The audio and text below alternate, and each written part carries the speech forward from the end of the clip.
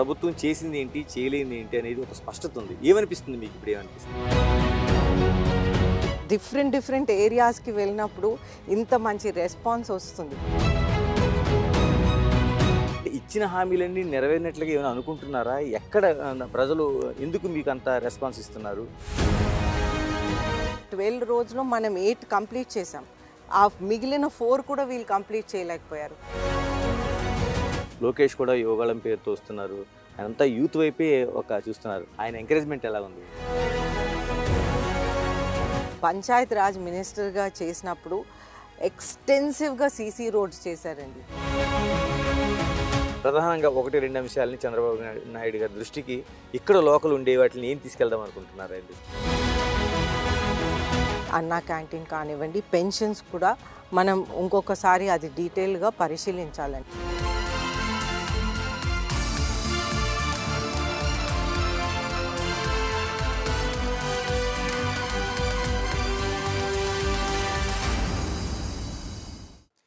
విజయనగరం జిల్లాలోనే కాదు, రాష్ట్ర వ్యాప్తంగా ఆంధ్రప్రదేశ్లో విజయనగరం అసెంబ్లీకి ఒక ప్రత్యేకత ఉంది.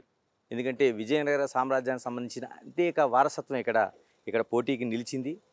అటు ఆనంద గజపతిరాజు కావచ్చు, అశోక్ గజపతిరాజు కావచ్చు, ఇలాగా అనేక తరాలుగా ఈ విజయనగరానికి రాజకీయానికి ఒక ప్రసిద్ధి తీసుకొచ్చారు. అలాంటి చోట ఇప్పుడు అదితి విజయలక్ష్మి గజపతిరాజు పోటీ చేస్తున్నారు. అలా అంటే చాలామందికి ఒక్కసారిగా ఆశ్చర్యంగా చూడొచ్చు, కానీ అశోక్ గజపతిరాజు తనే ఆవిడ. నమస్తే అదితి గారు. నమస్తే అండి. నమస్తే. ఇలాగ 2012లో 2019లో మీరు పోటీ చేశారు. అంతకుముందు మీ ముత్తాత గారు, తాతగారు, పెద్దనాన్నగారు, నాన్నగారు, ఇంత లెగసీ ఉంది రాజకీయాల్లో. అప్పుడు ఓడిపోవడానికి గల కారణం ఏంటి? ఈరోజు మీరు చాలా ఆత్మవిశ్వాసంతో ఉన్నారు, మీరు జనాల్లో తిరుగుతూ. ఏంటి ఆ బేరీజ్ ఏంటో చెప్పండి. రెండింటి మధ్య ఏం తేడా కనిపిస్తుంది మీకు? అంటే నా ఒపీనియన్ జస్ట్ ఆ టైంలో పీపుల్ జస్ట్ కన్ఫ్యూజ్ అయిపోయారండి. ఈ జగన్మోహన్ రెడ్డి వచ్చి ఒక్క ఛాన్స్ అనే వరకు కొద్దిగా జనాలు కన్ఫ్యూజ్ అయిపోయారు. అంతే, ఇంకా దానికన్నా ఎక్కువ ఏం జరగలేదు. ఎందుకంటే మనం ఇప్పుడు చూస్తుంటే తక్కువ ఓట్ల మెజారిటీతో పోయింది. అప్పుడు చివరి క్షణంలో సీట్ వచ్చినట్టుంది మీకు అప్పుడు పోటీ కూడా. ఎస్, జస్ట్ 21 డేస్ అండి, 25 డేస్ ముందు అనుకుంటా. అప్పుడు మనకు టైం కూడా లేదు ఏదైనా చేయటానికి. అలాగ డైరెక్ట్ ఎలక్షన్లోకి వెళ్ళిపోయాం, ఎక్కువ ప్లానింగ్ అటువంటివి ఏం చేయకుండా. అదొకటి. ఇంకొకటి, పీపుల్ కూడా చాలా కన్ఫ్యూజ్ అయిపోయారండి. సో ఈ ఒక్క ఛాన్స్ అని అడిగే వరకు జనాలు చాలా కన్ఫ్యూజ్ అయిపోయారు ఆ విషయంలో. ఒక్క chance, and then young person ఇంత పాదయాత్ర చేసి ఇన్ని హామీలు ఇచ్చేసాడు. ఆ హామీలన్నీ వాళ్ళు నెరవేరుస్తారని అనుకున్నారు, కానీ ఆయన ఏం చేయలేదు యాక్చువల్గా. ఇప్పుడు ఏమనిపిస్తుంది మీకు? ఇంత 2019 నుంచి ఇప్పుడు చాలా టైం దొరికింది. అప్పటికంటే మీరు జనాల్లో ఎక్కువగా ఉన్నారు, అనేక కార్యక్రమాలు చేస్తున్నారు. మరోవైపు ప్రభుత్వం చేసింది ఏంటి, చేయలేనిది ఏంటి అనేది ఒక స్పష్టత ఉంది. ఏమనిపిస్తుంది మీకు ఇప్పుడు? ఏమనిపిస్తుంది అంటే ఇప్పుడు మనం ప్రజల్లోకి వెళ్తున్నాం, ప్రజలైతే బ్రహ్మరథం పడుతున్నారు అనమాట. చూస్తుంటే మనం ఇప్పుడు తారక రామ కాలనీ అని ఒక కాలనీకి వెళ్ళాం. ఆ కాలనీలో అయితే ఒక 15 రోజులు పుట్టిన బేబీని బయటకు తీసుకొచ్చి 21st డేకి మామూలుగా నామకరణం చేస్తారు. అయితే బేబీని తెచ్చి, మీరు ఇప్పుడు వచ్చారు, మీరు నామకరణం చేయండి, నేను దేవాంశ్ అని పిలుస్తాం అనుకుంటున్నారని చెప్పింది అనమాట. అయితే సో రెస్పాన్స్ అలాగుంది. అదే కాకుండా మనం నిన్న కానపాకకు వెళ్ళాము. అక్కడైతే మన పాత కార్యకర్త, ఆయన పేరు సత్యబాబు, ఆయన ఫస్ట్ ఓట్ నాన్నగారికి వేశారు. అయితే ఆయన ఏమన్నారంటే, నా ఫస్ట్ ఓట్ నాన్నగారికి వేసాను, అలాగే ఈవిడ నా మేనకోడలు, ఆవిడ ఫస్ట్ ఓట్ మీకు వేస్తుందని అటువంటి రెస్పాన్స్ వస్తుంది మనకి. అలాగే మనం మార్వాడి స్ట్రీట్స్కి వెళ్ళామండి. అక్కడైతే వాళ్ళు బయటకు వచ్చి హిందీలో చెప్పటం అనమాట. हम आपके लिए ही वोट देंगे, आप पापा का जैसा विजयनगरम को अच्छे से देखभाल करना అని వాళ్ళు అంటున్నారు. సో ఇలాగా డిఫరెంట్ ఏరియాస్కి వెళ్ళినప్పుడు ఇంత మంచి రెస్పాన్స్ వస్తుంది. ఈరోజు వీటి అగ్రహారంకి వెళ్ళాము. వీటి అగ్రహారంలో అయితే నాన్నగారు హౌసెస్ అవన్నీ ఇచ్చారు. అయితే వాళ్ళు ఓపెన్గా చెప్తున్నారు, నాన్నగారు ఈ కాలనీ ఇచ్చారు, మాకు ఈ ఇల్లు నాన్నగారి వల్లనే మాకు హౌసింగ్ ఉంది, మాకు ఒక రూఫ్ ఉంది, మా ఓట్లన్నీ మీకే అని అలా ఓపెన్గా చెప్తున్నారు. సో రెస్పాన్స్ ఆ విధంగా అసలు చాలా ఫెంటాస్టిక్గా ఉంది రెస్పాన్స్. మీరు 2019లో చూసారు. ఒకే ఒక్క ఛాన్స్ అనేది ఒక నినాదంగా వచ్చింది. మీరన్నట్టు ఒక ఎంగేజ్‌లో పాదయాత్ర చేశారు ఇదంతా. అంటే ఇచ్చిన హామీలన్నీ నెరవేరినట్లుగా ఏమైనా అనుకుంటున్నారా? ఎక్కడ ప్రజలు ఎందుకు మీకంత రెస్పాన్స్ ఇస్తున్నారు? అంటే ప్రజలకి క్లియర్‌గా అర్థమైపోయిందండి. ఈయన ఏ విధంగా ఆయన హామీలు చేయలేకపోయాడు. బికాజ్ కొన్ని కొన్ని ఏరియాస్‌లో మనం వెళ్తుంటే వాళ్ళ ప్రాబ్లమ్స్ కూడా చెప్తున్నారు. ఆహ్, ఒక ప్రాబ్లమ్ అయితే చాలా వరకు పెన్షన్‌లు చాలా కట్ చేసాడండి. ఈ కరెంట్ బిల్ ఒకటి పెరిగిపోయింది. ఆ కరెంట్ బిల్ పెంచేసి దాని వలన పెన్షన్‌లు కట్ అని కూడా చూపిస్తున్నారు కొన్ని చోట్ల. సో, ప్రజలు చాలా ఆహ్, ఏంటి ఫెడప్ అయిపోయారు ఆయనను చూసి. ఈ ఈవెన్ ముసలి వాళ్ళకి కూడా, ఓల్డ్ పీపుల్ కూడా, అలాగే వికలాంగులు కూడా పెన్షన్ కట్ చేసినప్పటికి ప్రజలు చాలా నిజంగా అసలు ఫెడప్ అయిపోయారు. అంటే ఇప్పుడు నవరత్నాలు అనేది ఒకటి తీసుకొచ్చారు. అనేక హామీలు వస్తున్నాయి. వృద్ధాప్య పింఛన్ దగ్గర నుంచి అనేక పింఛన్లు ఇంటికెళ్తున్నాయి ఉన్నది. ఇలాంటి పరిస్థితుల్లో ప్రజల మైండ్ సెట్ మీకు ఏమనిపిస్తుంది? అంటే ప్రజలు ఆయన మీద ఏ విశ్వాసం లేదండి. నమ్మకం లేదు ఆయన మీద. పోయింది పూర్తి నమ్మకం. ఎందుకంటే ఆయన ఏమాత్రం డెవలప్‌మెంట్ చేయలేదు. మనం విజయనగరంకొస్తే వాళ్ళకి క్లియర్‌గా కాంట్రడిక్షన్ కనిపిస్తుందనమాట. నాన్నగారి టైంలో ఇలాగ వాటర్ ప్రాజెక్ట్స్ కానివ్వండి, ఇలాగ గోస్తాని నది మీద ముష్టిపల్లి వాటర్ చేశారు. ఆ వాటర్ మనకు వస్తుంది. అలాగే చంపావతి నది మీద మళ్ళీ 2017లో యూనియన్ మినిస్టర్ అయినప్పుడు అప్పుడు కూడా వాటర్ ప్రాజెక్ట్ చేశారు. ఆ వాటర్ కూడా మనకు వస్తుంది. అంటే వాటర్ ప్రాజెక్ట్ కాదు. అక్కడ 3 ఊటబావులు చేశారు. ఆ వాటర్ కూడా విజయనగరం ప్రజలకు వస్తుంది. అప్పుడు 2017లో యూనియన్ మినిస్టర్ అయినప్పుడు 2017లో యూనియన్ మినిస్టర్ అయినప్పుడు నాన్నగారు నదుల అనుసంధానం చేసి ఆహ్, ఆహ్, మన తోటపల్లి నుంచి గోస్తాని నుంచి చంపావతి నదుల అనుసంధానం చాలా పెద్ద ప్రాజెక్ట్ మొదలు పెట్టారనమాట. ఇది ప్రతిపాదించారు. కానీ వీళ్ళైతే ఏమాత్రం అది కంటిన్యూ చేయలేదు. అప్పుడు ఎలాగ ఉన్నదో అలాగే ఉంది ఇప్పుడు. ఇంత కూడా ఒక పిసరు కూడా ముందుకు వెళ్ళలేదు. అలాగే మనం నాన్నగారు ఉన్నప్పుడు అప్పుడు ఆ సేమ్ టైంలో మనం 12 రోడ్స్ ప్రతిపాదించాం. డబుల్ లేన్, సెంట్రల్ లైటింగ్ పెట్టి పెద్ద పెద్ద రోడ్లు చాలా నీట్‌గా చేశారు. ఆ 12 రోడ్స్‌లో మనం 8 కంప్లీట్ చేసాం. ఆ మిగిలిన 4 కూడా వీళ్ళు కంప్లీట్ చేయలేకపోయారు. అలాగే ఎయిర్‌పోర్ట్ ఇక్కడే ఉంది. హాఫ్ అన్ అవర్ దూరం. ఆ ఎయిర్‌పోర్ట్ అన్ని పర్మిషన్స్‌తో పాటు నాన్నగారి టైంలో లేకపోతే చంద్రబాబు నాయుడు గారు ముఖ్యమంత్రిగా అయినప్పుడు ఈ ఎయిర్‌పోర్ట్ పూర్తిగా పర్మిషన్స్‌తో పాటు రెడీ అయింది. కానీ వాళ్ళు అది కూడా ముందుకు తీసుకువెళ్ళలేదు. జస్ట్ రీసెంట్‌గా వాళ్ళొచ్చి ఏదో శంకుస్థాపన చేసేసారు. ఒక షో వర్క్ అనమాట. జస్ట్ ఒక శంకుస్థాపన. నేనేదో చేస్తున్నానని చూపెట్టుకోవటానికి. మీరు 2019లో ఓటమి తర్వాత అప్పటి నుంచి కూడా జనాల మధ్య తిరుగుతున్నారు. పార్టీ ఇచ్చే కార్యక్రమాలకు అన్నింటికి వెళ్తున్నారు. చాలా అంటే వాళ్ళు చేసిన ఏదైతే పిలిపిస్తుందో పార్టీ అన్ని కార్యక్రమాల్లో పాల్గొంటున్నారు. మీకు ఎలా వినిపిస్తుంది? ప్రజల వాయిస్ ఏ విధంగా వినిపిస్తుంది అసలు ఫస్ట్ మీకు? ప్రజలైతే ఎదురు చూస్తున్నారండి. ఎప్పుడా ఈ ప్రభుత్వం అయిపోతుంది, ఎస్పెషల్లీ ఈ 3 మంత్స్ ఎప్పుడు అయిపోతుంది? వాళ్ళు పూర్తిగా ఫెడప్ అయిపోయారు. ఇది ఎప్పుడు అయిపోతుంది? మళ్ళీ చంద్రబాబు నాయుడు గారు ఎప్పుడు ముఖ్యమంత్రి అవుతారని ప్రజలు ఎదురు చూస్తున్నారు. ఎక్కడ ఎందుకండి ఆ అన్రెస్ట్ ఎందుకు వచ్చింది ప్రజలకు అసలు ఎక్కువ? అంటే వాళ్ళు ఫెడప్ అయిపోయారండి. ఫర్ ఎగ్జాంపుల్ నేను మొన్న ఒక ఫిజియోథెరపిస్ట్‌ని కలిసాను ఇలాగా పాదయాత్ర చేస్తుంటూ. ఆవిడైతే ఏమంది ఆవిడ పీజీకి యాక్చువల్‌గా ఆవిడ పీజీ చేయాలని అనుకుంది. కానీ రీయింబర్స్‌మెంట్ తీసేశారు కాబట్టి వాళ్ళ ఫ్యామిలీ నుంచి వాళ్ళు అఫోర్డ్ చేయలేరు. సో, ఆ పీజీకి ఆవిడ చేయలేకపోయింది. బట్ దాని ముందుల రీయింబర్స్‌మెంట్ ఉండేది. సో, ఆవిడ కెరియర్ ఒక లైన్‌లో ఆలోచించింది. కానీ అది చేయలేకపోయింది కాబట్టి న్యాచురల్‌గా కొంత నిరాశ డెఫినెట్‌గా యూత్‌లో ఉంటది. అలాగే నిరుద్యోగ యువత ఏ విధంగా ఉందంటే మనకి స్టాటిస్టిక్స్‌లోనే 6,12,000 నిరుద్యోగ యువత మన రాష్ట్రంలో ఇప్పుడు ఉన్నారు. వీళ్ళేమో గవర్నమెంట్ జాబ్స్ ఇవ్వలేదు, ప్రైవేట్ జాబ్స్ కూడా ఇవ్వలేదు. చంద్రబాబు నాయుడు గారు తెచ్చిన పరిశ్రమల్ని కూడా వాళ్ళే పరిగెత్తిపోయారు. ఈ జగన్మోహన్ రెడ్డికి నమస్కారం పెట్టి పరిగెత్తిపోయారనమాట. ఈ వైజాగ్ విజయనగరం ఈ రోడ్ మీద చూస్తుంటే ఎన్ని ప్రాజెక్ట్స్ తెచ్చామండి. అదాని డేటా కేబుల్ సెంటర్ అంటే బిలో ద సీ నుంచి కేబుల్స్ వేసే ప్రాజెక్ట్ అంత పెద్ద పరిశ్రమ తెస్తే వాళ్ళు అది కూడా ముందుకు తీసుకువెళ్ళిపోయారంటే వాళ్ళు ఎంత విఫలం అయ్యారో మనం ఆలోచించాలి. అదే కాకుండా ఫ్రాంక్లిన్ టెంపుల్టన్ గ్రూప్, అలాగే లులు సెంటర్, ఎన్నో పరిశ్రమలు తెచ్చారండి. ఇవన్నీ మనం కోల్పోయాం. ఇన్ని ఉద్యోగ అవకాశాలు, ఇన్ఫ్రాస్ట్రక్చర్ డెవలప్మెంట్ అన్నీ కోల్పోయాం. అది ప్రజలకి అర్థమవుతుంది. ఎందుకంటే ఎస్పెషలీ నిరుద్యోగ యువత వాళ్ళకి అర్థమవుతుంది కదండి, మనం ఇన్ని అవకాశాలు కోల్పోయామని వాళ్ళకి క్లియర్గా అర్థమవుతుంది. మీరు ఉద్యోగాల కోసం మాట్లాడారు కాబట్టి ఇక్కడ ఉత్తరాంధ్రలో ప్రత్యేకంగా విజయనగరం, శ్రీకాకుళం ఈ ప్రాంతాలను తీసుకుంటే ఎక్కువ టీచర్ ప్రొఫెషన్ ఉంటుంది, లేదంటే మిలిటరీకో ఆర్మీకో వెళ్ళే పరిస్థితి ఉంటుంది. మీకు టీచర్ ప్రొఫెషన్ కోసం బాగా తెలుసు. పిల్లలందరూ ఎదురు చూస్తున్న పరిస్థితి ఉంది. అంటే అందరూ టీచర్స్ కోసం ప్రిపేర్ అయిన వాళ్ళు ఒక డిఎస్సి పట్టదు, అటువంటిది ఏమైనా మీకు ఇండికేషన్ ఇస్తున్నారా టీచర్స్? అఫ్ కోర్స్ ఇస్తున్నారు. చాలామంది లైబ్రరీ పోస్ట్స్, లేకపోతే టీచర్ పోస్ట్, పోలీస్ ఉద్యోగం కూడా చాలామంది ఈ ఎగ్జామ్స్ కోసం ప్రిపేర్ అవుతున్నారు. విజయనగరం సెంటర్లో చూస్తే మన కోట చుట్టూ బోల్డ్ కోచింగ్ సెంటర్స్ ఉంటాయి. అదంతా వాళ్ళ పేరెంట్స్ డబ్బులు ఖర్చు పెట్టి ఈ కోచింగ్లన్నీ ఇక్కడ ఉండి, ఊర్లలో నుంచి కూడా వచ్చి ఇక్కడ ఉండి ఈ డబ్బంతా ఖర్చు పెట్టి వాళ్ళకి ఇప్పుడు ఒక సరి అయిన నోటిఫికేషన్ లేదు, వాళ్ళకి ఒక ఫ్యూచర్ అనేది ఒకటి లేకుండా అయిపోయింది అనమాట. నీదర్ గవర్నమెంట్ జాబ్స్ నార్ ప్రైవేట్ జాబ్స్.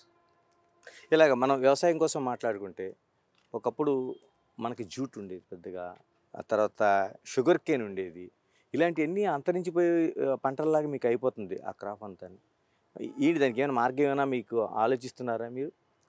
అంటే విజయనగరం నా నియోజకవర్గం ఎక్కువ అర్బన్ ఏరియా అండి. ఓకే.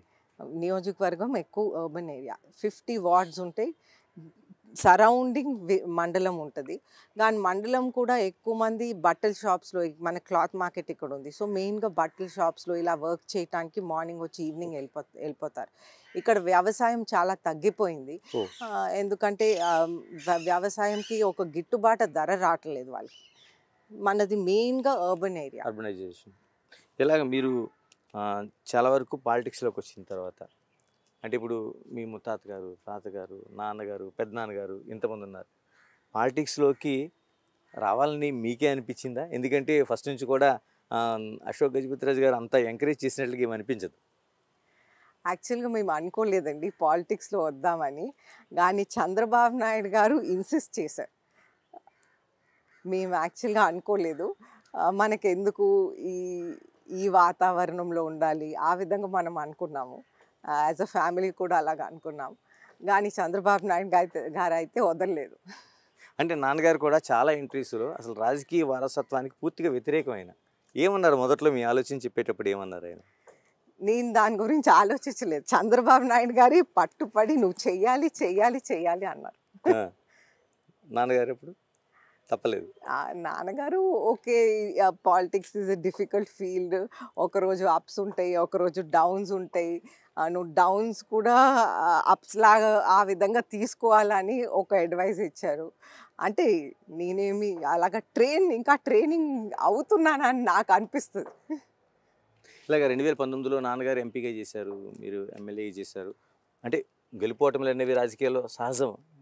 కానీ ఇప్పుడు నాన్నగారు అసలు పోటీకి దూరంగా ఉంటున్నా అనేది ఆల్రెడీ అనౌన్స్ చేశారు. మీరు సింగిల్గానే వెళ్తున్నారు. ఏమైనా అలాంటిది ఏమైనా అనిపిస్తుందా? అయ్యో నాన్నగారు ఉంటే బాగుండేది అనేది. అంటే వారి ఇష్టం అండి, టోటల్గా వారి ఇష్టం. వారు ఉంటానంటే ప్రజలు వెల్కమ్ చేస్తారు, చంద్రబాబు నాయుడు గారు కూడా వెల్కమ్ చేస్తారు. ఇలాగ రాజకీయాల్లోకి వచ్చిన తర్వాత విమర్శలు అనేవి ఉంది. మీరు బోర్న్ గోల్డెన్ స్పూన్ ఒక విధంగా, మీకు ఈ రాజకీయాలు కానీ ఇది ఇంత అవసరం ఏం లేదు అసలు ఉంటే. అటువంటిది వచ్చిన తర్వాత ఎవరో ఒకరు రాజకీయాలు అన్న తర్వాత విమర్శిస్తారు, హట్ చేస్తారు. అందులో ఆడపిల్లగా ఉండేవాళ్ళకి, మీలాగా అప్పుడే బయటకు వచ్చేవాళ్ళకి చాలా ఫేస్ చేస్తారు. అలాంటివి ఏమైనా ఎదురవుతున్నాయా? అంటే డెఫినెట్గా అవుతాయండి, అవ్వకుండా ఉండవు. పాలిటిక్స్లో ఉన్నప్పుడు ఇంకా ఎక్కువ అవుతాయి. మనం ఏ ఫీల్డ్లో అయినా కొంతవరకు విమర్శలు అవుతాయి. పాలిటిక్స్లో న్యాచురల్గా ఎక్కువ ఉంటాయి. మనం అవన్నీ తట్టుకొని ముందుకు తీసుకువెళ్ళాలి. ఇలాంటి అంత సెన్సిటివ్గా, అంటే రాజకీయాలు అనేవి ఒకప్పుడు చాలా గౌరవప్రదంగా జరిగేవి. ఉదాహరణకి గౌతు శిరీష మొన్న మాట్లాడుతున్నప్పుడు ఆవిడ కన్నీళ్ళు పెట్టుకుంది. ఎందుకంటే రాజకీయాలు అనేది ఆవిడ చదువుకుంది, ఆ తాతగారు లెగసీతో వచ్చిన తర్వాత సోషల్ మీడియా కావచ్చు, మిగతా చోట కావచ్చు, ఒక మాట అనడం అనేది ఈజీ. అంటే ఆడపిల్లగా నిజంగా ఫ్యామిలీ చూసుకొని వెళ్ళడం అనేది ఈజీ. ఎలాంటి భరోసా ఇస్తారు మీరు? ఆడపిల్ల అనేవాళ్ళు పాలిటిక్స్లోకి వచ్చేటప్పుడు ఎంత స్ట్రాంగ్గా ఉండాల్సిన అవసరం ఉంది? ఇప్పుడు మనము కూడా ఇది వదిలేస్తే ఇంకెవరు నిలబడతారండి? మనం కూడా ఇది వదిలేస్తే ఇంకెవరు నిలబడతారు? స్ట్రాంగ్గా నిలబడాల్సిందే అంటారు. నిలబడుతున్నాం. ఇన్ని కక్ష సాధింపులు చేసినప్పుడు, మనం ఒక ఒపోజిషన్‌గా నిలబడినప్పుడు, ఈ టైంలో ఇన్ని సంవత్సరాలు మనం 5 ఇయర్స్ వాళ్ళు చాలా కక్ష సాధింపు చర్యలు చేశారు. ఆహ్, మనం ఆ టైంలోనే నిలబడినప్పుడు మనం డెఫినెట్‌గా చేయగలమని నాకైతే అనిపిస్తది. నాన్నగారు కూడా ఎప్పుడు అనేవారు, ఫస్ట్ మనం ఎప్పుడైనా పాలిటిక్స్‌లో ఎంటర్ అయినప్పుడు, మనం ఒపోజిషన్‌లో ఉన్నప్పుడు మనం ఎక్కువ నేర్చుకుంటాం. ఎప్పుడు అనేవారు. ఇలాగా చంద్రబాబుతో పాటు లోకేష్ కూడా యువగళం పేరుతో వస్తున్నారు. ఆయనంతా యూత్ వైపే చూస్తున్నారు. ఆయన ఆలోచనలు ఎలాగ ఉన్నాయి మీకు? ఆయన ఎంకరేజ్‌మెంట్ ఎలా ఉంది మీకు? లోకేష్ గారైతే చాలా ఫార్వర్డ్ థింకింగ్ అండి. అండ్ వారు ఐటీ మినిస్టర్‌గా, పంచాయత్ రాజ్ మినిస్టర్‌గా చేశారు. పంచాయత్ రాజ్ మినిస్టర్‌గా చేసినప్పుడు ఎక్స్‌టెన్సివ్‌గా సీసీ రోడ్స్ చేశారండి. ప్రతి విలేజ్‌లో ఇప్పుడు కూడా మనం చూస్తుంటే మన అన్ని విలేజెస్‌లో వారు మినిస్టర్ ఉన్నప్పుడు చేసిన రోడ్సే ఉన్నాయి. అది వాళ్ళు మెయింటైన్ కూడా చేయలేకపోయారు. హ్మ్. మనం వెళ్తుంటే కూడా వాళ్ళు చెప్తున్నారు, ఇవన్నీ మీరు చేసిన రోడ్స్, వాళ్ళు ఒక్కటి కూడా చేయలేదు దాని తర్వాత. ప్లస్ సర్పంచెస్కి ఏమాత్రం హక్కులు లేవు ఈ ప్రభుత్వంలో. గ్రామ స్వరాజ్ అనేది గాంధీ గారు ఎప్పుడు చెప్పేవారు. ఆ ఆ హక్కులు పూర్తిగా తీసేశారు. ఆ పైగా చూస్తుంటే మన ఎమ్మెల్యే గారు రెగ్యులర్గా వెళ్తూ ఉంటారు. గాంధీ విగ్రహం అక్కడ పెడుతున్నారు. రెగ్యులర్గా వెళ్తూ ఉంటారు పరిశీలించడానికి. కానీ గాంధీ గారు చెప్పిన ఏ ఏ విషయం కూడా వారు ఫాలో అవ్వట్లేదు. ఈ గ్రామ స్వరాజ్ కూడా వారు ఫాలో అవ్వట్లేదు. ప్రతి ట్యాప్ కనెక్షన్ దగ్గరికి వారి దగ్గరికి వెళ్ళాలి. అలాగే మ్యూటేషన్ సర్టిఫికేట్ కూడా వారి దగ్గరికి వెళ్ళాలి. అలాగే ఇవన్నీ చాలా కష్టమైన సిచ్యువేషన్స్. మనం చూస్తుంటే విజయనగరంలో కూడా డ్రగ్స్ అనే పదార్థం ఎంత విచ్చలవిడిగా దొరుకుతుంది. ఓకే. సో పేరెంట్స్ భయపడిపోతున్నారు. ఎందుకంటే పిల్లలు, స్కూల్ పిల్లలు కానివ్వండి, కాలేజ్ పిల్లలు కానివ్వండి, వాళ్ళకి భయం. ఈ పదార్థం డ్రగ్స్ అనేది అలవాటు అవుతే ఆ చైల్డ్ దానికి బానిసగా మారిపోతాడు. అప్పుడు ఆయన సమాజంలో దేనికి పనికిరాడు. ఆయన యూస్‌లెస్ అయిపోతాడు. పేరెంట్స్ చాలా భయపడిపోతున్నారు. ఇది ఒక పెద్ద చర్చ కూడా జరుగుతుంది విజయనగరంలో. నిజంగానే మీరంటే ఒక అతిపెద్ద, ఎందుకంటే ఇప్పుడు కాస్మోపాలిటన్ సిటీస్‌లో వాళ్ళు ఎదుర్కొంటున్న అతిపెద్ద సమస్యల్లో ఇప్పుడు మనకి ఈ డ్రగ్స్ ఒకటి. ఇప్పుడు ఇక్కడ వరకు విజయనగరం వరకు వచ్చిందంటే ఎలా మీరేమైనా అధికారుల దృష్టికి తీసుకెళ్తున్నారా? ఎలాంటి అవేర్‌నెస్ చేస్తున్నారు ఇప్పటి నుంచి మీరు? అంటే మనం ప్రయత్నం చేస్తున్నాం కానీ పేరెంట్స్ చాలా వర్క్‌అప్‌గా ఉన్నారు ఈ సిట్యుయేషన్‌లో.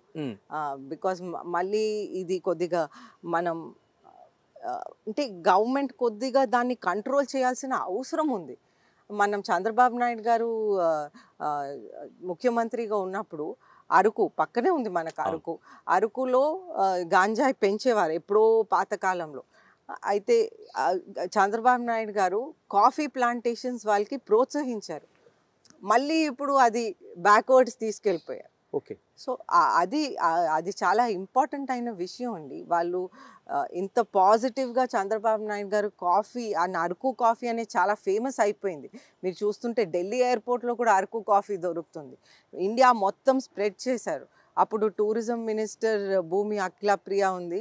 ఆవిడ అప్పుడు ఢిల్లీకెళ్ళి ఈ ప్రత్యేకంగా అరకు కాఫీ మీద ఎక్స్‌టెన్సివ్ వర్క్ కూడా చేసింది ఆవిడ. మరోవైపు సీరియస్‌గా ప్రభుత్వ పాఠశాలలు మూతపడుతున్నాయండి. మీ జిల్లాలోనే ఎడ్యుకేషన్ మినిస్టర్ ఉన్నారు ఇక్కడ. అంటే అవి చాలా వరకు స్కూళ్ళు మూతపడుతున్నాయి, సంఖ్య తగ్గిపోతుంది, డ్రాప్ అవుట్ స్పేస్ తీసేస్తున్నారు. అంటే విజయనగరం జిల్లా అంటే బాలికలు ఎక్కువగా చదువుకునే ఒక ప్రోత్సాహం ఉండే ప్రాంతం.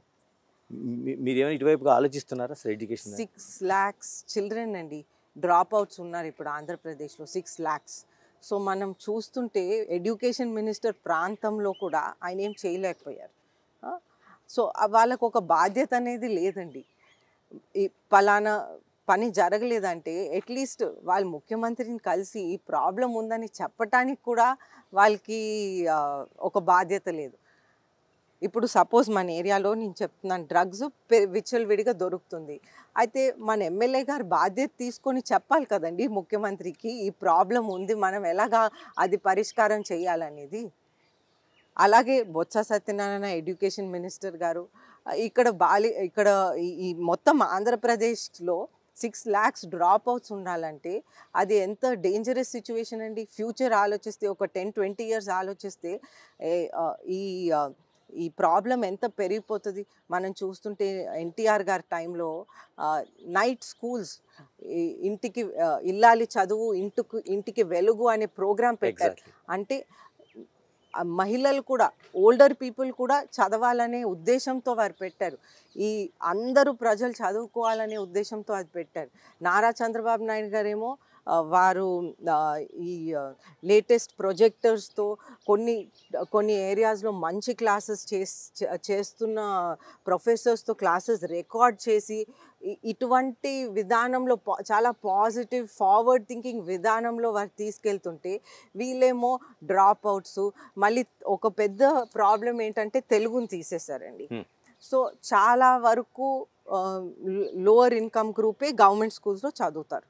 ఈ లోవర్ ఇన్కమ్ గ్రూప్స్ డైరెక్ట్గా ఇంగ్లీషే చదవాలంటే వాళ్ళు చాలా భయం పడిపోతున్నారు. సో న్యాచురల్గా వాళ్ళకి ఏం అర్థం అవ్వదు. చిన్న పిల్లోడు స్కూల్కి వెళ్తే వాళ్ళు తెలుగులో మాట్లాడితే ఫస్ట్ వచ్చి స్లోగా ఇంగ్లీష్ కొద్దిగా నేర్పించాలి. తెలుగు కూడా ఉండాలి, ఇంగ్లీష్ కూడా ఉండాలి. కానీ పూర్తిగా తెలుగు తీసేస్తే అది వాళ్ళు భయపడిపోయి అసలు స్కూల్కే వెళ్ళనన్నట్లుగా అది అయిపోయింది. ఇక్కడ నేను లోకల్ ఎమ్మెల్యే దగ్గరికి వస్తాను. ఇక్కడ లోకల్ ఎమ్మెల్యే కూడా మీకు రాష్ట్ర వ్యాప్తంగా ఉండే ఆ పథకాలతో పాటు ఇక్కడ చాలా వరకు హామీలు ఇచ్చారు. ఏమి నెరవేర్చారు అసలు?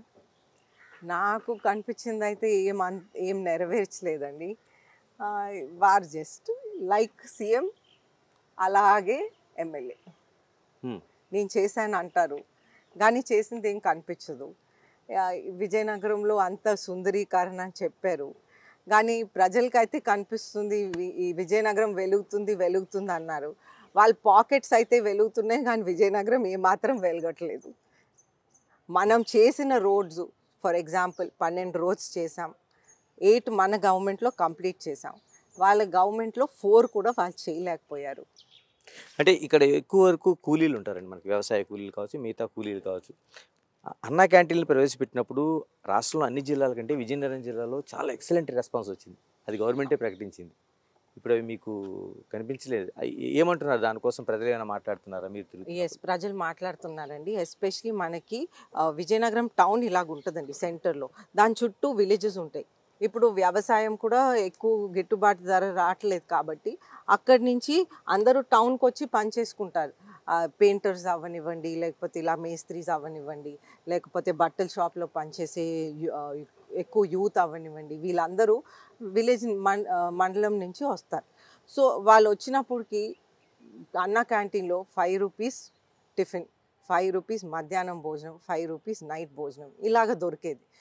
వాళ్ళు ఎంతో ఈజీగా వచ్చేసి అక్కడే భోంచేసేవారు.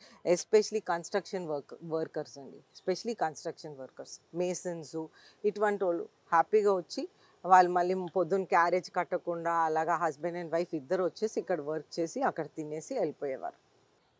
ఇలాగ క్యాడర్ ఎలా ఉంది? ఎందుకంటే అంతకుముందు పెద్దనాన్నగారితో, నాన్నగారితో వీళ్ళందరితో ప్రయాణం చేసిన క్యాడర్ తెలుగుదేశంలో చాలా వరకు మీకు క్యాడర్ బలంగా ఉంటుంది. ఇప్పుడు అదితి గారు కూడా ప్రయాణం చేస్తున్నారు. ఏమంటున్నారు?